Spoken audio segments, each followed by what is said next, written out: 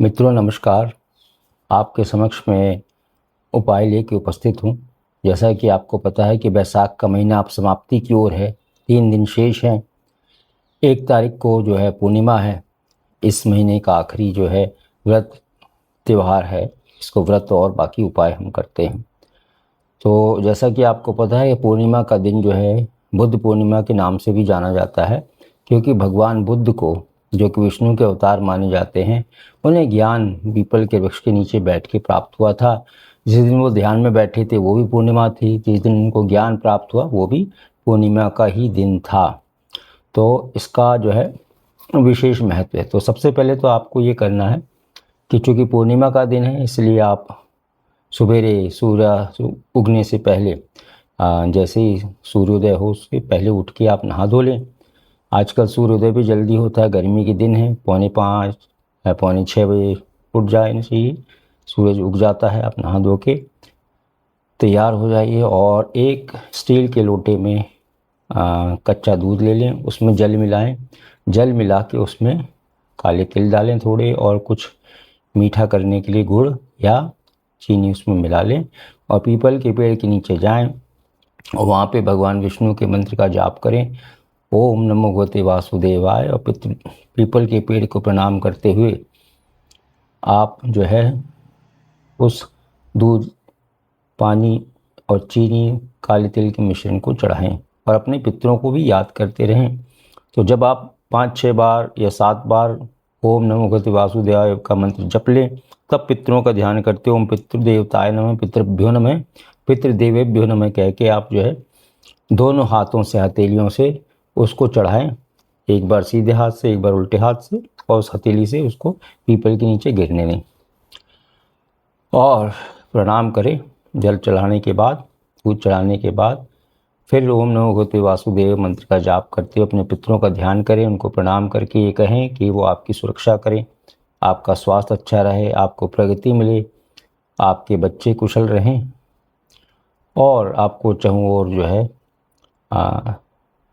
ख्याति प्राप्त हो, आपको अच्छा स्वास्थ्य प्राप्त हो, आपका जीवन अच्छे से चले, आपकी संकट दूर हों। ये तो हो गया पहला उपाय जो आपको सुबह करना है। उसके बाद शाम के समय आपको पीपल के वृक्ष के नीचे घी का दीपक जलाना है। फिर संध्या के समय करना है, सूर्यास्त जैसे होता है उसको गोधूली बेला कहते हैं, उसमें जाके आपको ये करना है। फिर प्रणाम कीजिए भगवान विष्णु को, पितरों का ध्यान कीजिए और प्रणाम करके अगर आप चाहें तो थोड़ी देर पीपल के वृक्ष के नीचे दिन भर में कभी भी बैठ सकते हैं, या शाम को बैठ सकते हैं तो शाम को बैठें और ध्यान करें। अब बारी आती है दान देने की, क्योंकि पूर्णिमा है तो दान का ही महत्व है। तो ये आम के मौसम है, आम का सीज़न चल रहा है, तो आप 5 के मल्टीप्लिकेटिव फैक्टर में आम दान करें। और दान करना है छोटी कन्याओं को, जो कि 8-9 साल से नीचे की हैं, उनको दान कीजिए। 5 आम दान कीजिए। अगर आप ज़्यादा करना चाहते हो 5 की गुणक में ही दान कीजिए। गरीबों को भी आप दान कर सकते हैं, अगर कन्या नहीं मिल रही या कन्या मिली और आप गरीबों को भी देना चाहते तो आप दे सकते हैं। तो ये दान भी आपका पूर्णिमा का हो गया। अब पूर्णिमा की संध्या को या रात को, आपको पता है पूर्णिमा का चांद निकलता है और चंद्रमा का दिन विशेष रूप से लोग जो है दर्शन करते हैं।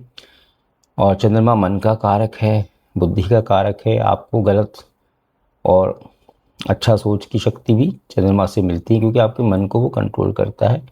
तो वही आप दूध ले लें कच्चा, और दूध लेके चांदी के, अगर आपके पास गिलास कटोरा कुछ भी है, उसमें भर के जो है चंद्रमा को देखते हुए जल का अर्घ्य दें चंद्रमा को।